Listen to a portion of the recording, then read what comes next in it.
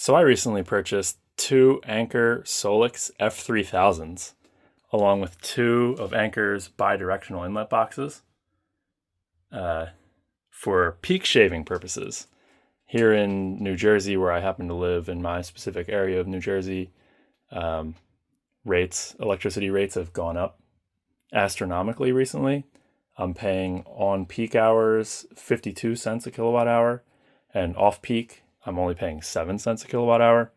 And peak is Monday to Friday, 8 a.m. to 10 p.m., and it adjusts with daylight savings. So I bought these pretty much for peak shaving purposes, not looking for like whole home off-grid power situation, but more just to save money, try and get through all of peak running on these two Anker batteries, along with I bought 12 400-watt solar panels for about $120 a piece off of Signature Solar, which I'll show you set up in my yard. And this is basically just a proof of concept before I wire this in permanently. As you can see, I got all my solar panel wires just kind of sitting in the basement, run across some rafters there. But yeah, I got everything hooked up.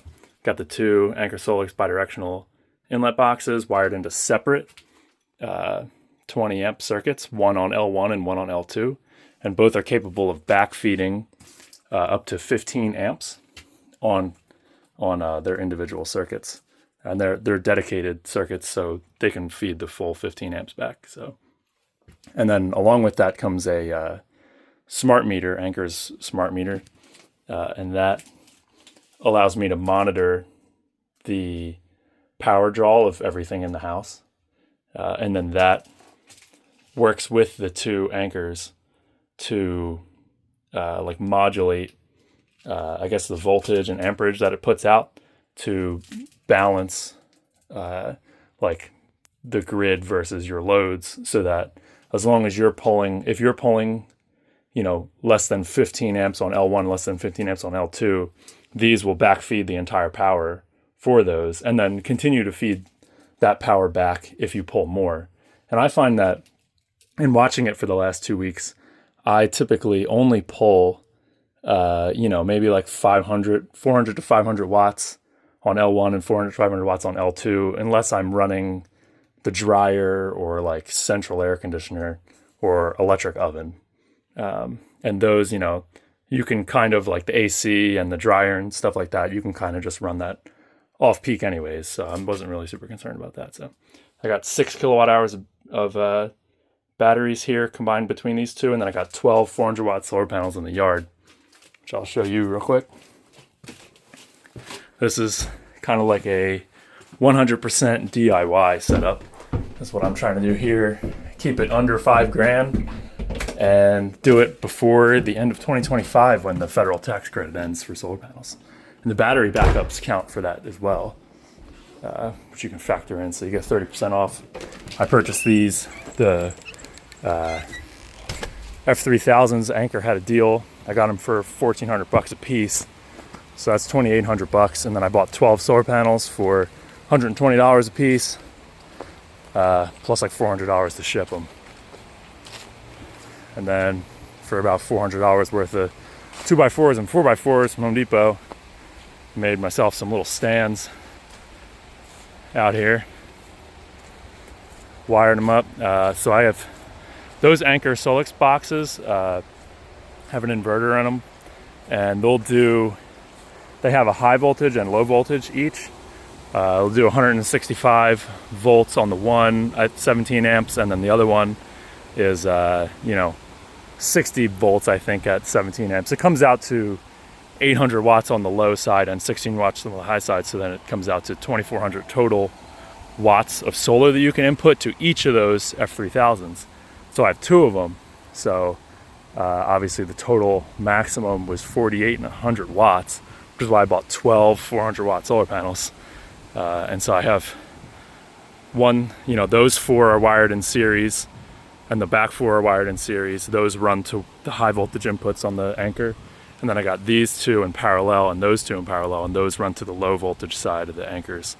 And then when I was building the stands, I looked up in New Jersey what's the proper angles for solar, and they give you 3 different angles, one for the winter, one for spring and fall, and one for summer.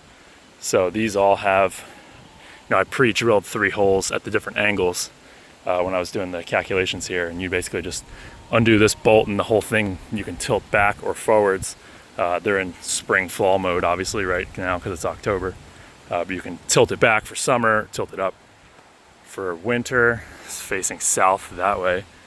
So this is just my temporary setup. I'm going to move these and anchor them into the ground. I'll move them back a little bit more once I burn this giant wood pile. But yeah, so that's my setup for now. I'll give you a little tour of the app and come back on a sunny day to show you that it actually works. Today is a Monday, but I've found that for my specific case, about 95% of the time I'm drawing less than 15 amps on each circuit. So then the batteries combined with the solar on a good day get me through the entire peak day, and then I can charge up off peak overnight. It seems to work really well so far. I actually ordered 2 more expansion batteries, assuming that in the summer I'll use more power for those Ankers, and I got those for $1,000 a piece. Anker's website's really been doing some good deals recently, so you just got to watch out for them, and you can do this whole setup. So one really major benefit of this system, the F3000, which is why I bought it as opposed to a lot of other systems, this seemed the most approachable for like a DIY non-electrician individual such as myself, somebody who doesn't have a ton of money to spend. I got some quotes on putting actual ground mount solar out there, and it was like 30 grand. So doing this for 6, the best benefit of this is that, like, if you were to have a real solar system that was backfeeding the grid, I'm pretty sure you have to install an outdoor disconnect, and I would have to do a lot of other things, get permits and things. This bi-directional inlet box in the smart meter allows you to integrate it with your existing equipment as long as you have 2 relatively free breakers, one on L1 and one on L2. This just kind of hooks up, and then you just have an app that integrates it for you and controls everything, prevents you from backfeeding the grid. If you lose power, it shuts off. But while you have grid power, it allows you to feed 15 amps each, so 3,600 watts or whatever, back into your own house grid, your house panel, without backfeeding the grid, and save you a bunch of money. So I'm just going to show you guys the app real quick. So, of course it's pretty much dark out now, so I'm not generating any solar, but this, with very minimal input from me and very minimal effort from me, is how the app is set up. So it's showing me my total solar input, it's showing me my 2 Anker F3000s, and it's showing what I'm currently pulling from the grid on L1 and L2 for the total home load. Now, I've only had the solar panels hooked up for a week. Several of those days have been cloudy, and I already generated 43.61 kilowatt hours, almost all of which was during peak hours, because the sun just happens to shine during my peak hours, not including Saturday and Sunday, which are off peak, but, and then it shows you basically your home usage each day, and what percentage of that power came from your system, which includes the solar panels, and how much came from the grid. And you can go back days.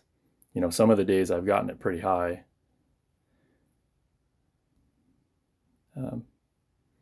Yeah, you can see there almost 50%, on certain days, depending on how much the sun's shining. And that's before I get the expansion packs, which will really add to this. And then the other great thing about this app is this time of use feature, which allows you to set self-consumption or time of use modes. Self-consumption being that you basically just use solar and never charge the batteries off of the grid. And then just any of the excess solar is stored in the batteries, and then anytime you need it, you use it. But time of use, which is how I have it set, because there's such a huge discrepancy between my on-peak and off-peak rates, this allows you to,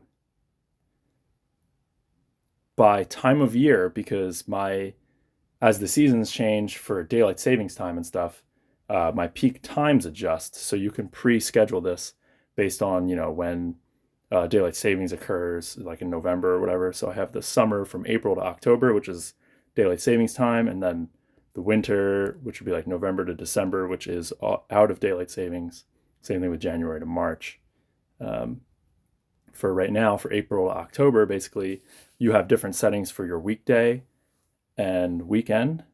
And then, you can basically program it to, during certain times, charge the batteries off of the grid when it's cheap. And then during peak, use as much solar as it can to power your loads. And if there's not enough solar, then it uses the batteries up until they're down to whatever your preset minimum percentage is, which I have it as 10% right now. And then you can program in your peak and off-peak rates, and it'll give you an actual value of how much money you're saving by using the system. And then just for fun, I'll show you in here basically how you add times. You add different time sections, and then set your rates at the bottom. And then you have a separate weekend. Mine's all off-peak for the weekend. And the definitions here of what each of these mean, you have a peak setup, mid-peak, off-peak, and super off-peak. Super off-peak being the one where it charges the batteries up using the grid, and doesn't worry about if there's solar and whatever. So if you have a cheap rate at night, that's what you would use to get your batteries up to 100%. Off-peak, basically, it still supplies the load with anything you're generating from the solar panels, but any excess it uses to charge the batteries up to 80%. And tries to keep them right around 80%. And then I don't use mid-peak, and then peak is really, it tries to use the solar panels to power your load. And if that is insufficient, it runs the batteries down all the way down to the minimum you set, which I have mine at 10%. So yeah, it's a pretty easy to use app, and it all just, once you set it, just kind of runs in the background and saves you money on your utilities. I also want to show you real quick. Hold on one second. I also want to show you real quick. This is just a screenshot of the other day. I happened to be looking at the app a few days ago when the sun happened to be shining, and here I am generating 2,246 watts of solar. It's charging using 1,848 watts to charge my batteries, and my home load is 398 watts, happened to be at the time. So it's back feeding 398 watts into my home power panel, and therefore I'm pulling 0 watts on L1 and L2 from the grid at this time. So when you have that excess solar, anything you have extra gets saved in that battery for when, my hot tub kicks on and it starts pulling 4,000 watts. Now then I can pull from the battery and from the solar collectively to keep that grid usage as close to 0 as possible, always, as much as the system's capable of doing. And then one other thing I wanted to show you real quick. This is a screenshot of my, I have PSE&G as my power company, and they have this thing called My Meter, which allows me to, up to like 2 prior days and beyond that, like going backwards, see how much electricity I'm actually using from, year, month, day, hour perspective. And just as a proof of concept, here happens to be, doesn't say the date on it. Might have been October 6th. I'm not sure if that means that this was October 6th or if that's just saying that the latest day I have is October 6th. But regardless, I used 16.32 kilowatt hours that day. My average is something like 35 kilowatt hours a day. As you can see, it's 65% down from my 90-day average. And then if you look down here in this graph, the bottom is time of day. And then on the left-hand side, you have kilowatt hours, which is the blue there. You can see that right around 8 o'clock, I'm using power. Right around 8 a.m., which is when I have it set to start backfeeding my grid, it drops to 0. And I have from 8 a.m. all the way until 10 p.m. I didn't use any grid power, anything that showed up on the meter at all. And at 10 o'clock, this is set to go back to super off peak and start charging back off the grid. So that's why the power jumped back up. And then also my house load was added back onto the grid. And I tend to, just to help the system work better, try to push things off that don't necessarily need to be run during the day, like my dishwasher or like my laundry and stuff like that. I try to do that off peak at night or on the weekends, just to, because I didn't want to have to buy like a huge amount of batteries. So yeah, just as a proof of concept, this is completely eliminating my peak usage at 52 cents per kilowatt hour and allowing me to just operate in off peak at 7 cents a kilowatt hour. And that's combined for supply and delivery charges or whatever it is, like the generation charge and the delivery charge. So there you have it. Pretty cool. And real quick, here's a breakdown of what I actually spent on this entire system.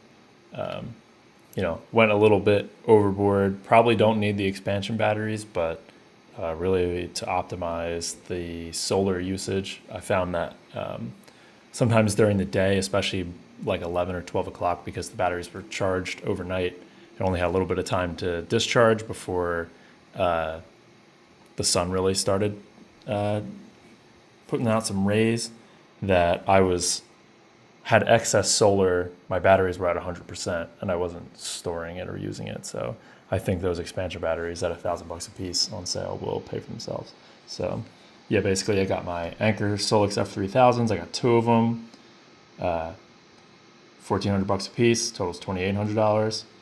Then I had my two bi-directional inlet boxes and a smart meter, which you can get on sale. When I bought these, you get the bi-directional inlet box plus the smart meter. I think was $200, and then maybe I paid another $100 for the other bi-directional inlet box. So this is probably really $300, but I have it at $400.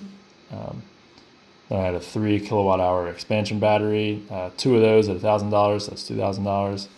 And then 400 watt solar panels off of Signature Solar. I got 12 of those for $120 a piece, totaling $1,440 plus $450 worth of shipping. My wire, I bought 8 sets of 100-foot 10 wire gauge. That from Signature Solar. Each of those sets, $160. That includes obviously the positive and negative. So it's really like 200 feet per each one. But you need positive and negative run the whole way. $1,280. And then, wood and screws for the stands and all the other miscellaneous random little things. I had to buy I had to buy new circuit breakers because I didn't have room in my panel. So I had to get some minis to combine other stuff. So about $500. So all together, looking at $8,870 fully installed and operational. But then there's also the reason why I was doing this now, not only because it was on sale on Anker's website, but the fact that the solar tax credit, the federal one, expires allegedly at the end of the year. And that's 30%, and it includes backup batteries, it includes your solar panels, it includes everything you needed to install it. So taking that 30% off from really will be into the system for only $6,200. So is it worth it? I don't know. I'm not really good at math, but here's some just preliminary numbers. I also haven't had it for very long, but just based on my on-peak rate of 52 cents per kilowatt hour and my off-peak rate of 7 cents per kilowatt hour. Peak shaving just by battery, which is basically I'm charging my 12 kilowatt hours worth of battery off peak at 7 cents and selling it back to myself on peak at 52 cents per kilowatt hour. I'm saving $5.40 per weekday. And then solar generated, I've found that over the last week that I've had these hooked up, balancing sunny days versus cloudy days and the fact that it's fall, I'm generating approximately 1 kilowatt hour per day per panel that I have, meaning that I'm generating 12 kilowatt hours per day, and that's always going to be at peak during the week. So I'm generating $6.24 of power that I'm selling to myself for free per weekday. Now, solar generated on the weekend, it's the same amount, 1 kilowatt hour per day per panel, but that's only at the 7 cents rate because the weekend is off peak. So I'm really only generating 87 cents worth of power on the weekends, and there's no point in storing the power because it's off peak, so I can't do peak shaving. So all that being said, for 5 days a week and 2 days on the weekend, I'm saving approximately, based on these numbers, $59.80 per week. So then if you get my total system cost after the tax rebate there of $6,209 and divide that by $59.80, I get 103 weeks or 2 years. Might be a little generous on these numbers, maybe it's 3 years. But still, even if it's 2 or 3 years, that's an extremely good return on investment for a minimal upfront cost of $6,200, where I couldn't even think about putting ground-mounted solar or roof-mounted solar from a professional company for less than like $20,000+. So if you're looking to get into having some solar and you want to do some peak shaving and you want to do it yourself and you got some time and you got a little bit of cash in your pocket, this is definitely the way to go. It's not the best system in the world, but it's great for someone like me who's just trying to save a little bit of money and doesn't have 20 years to wait for a return on investment. So